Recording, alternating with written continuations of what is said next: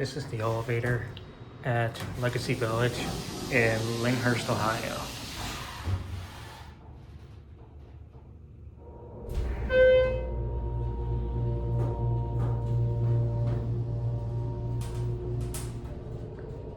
Here too.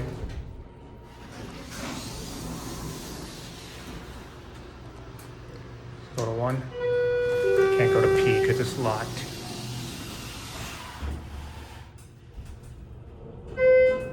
Let's get a cab view.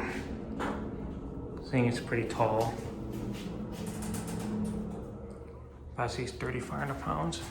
Here's the certificate. Here 1.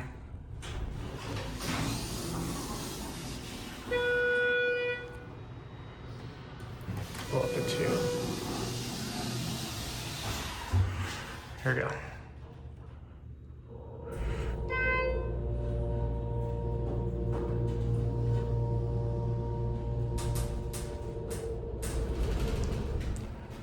Here 2.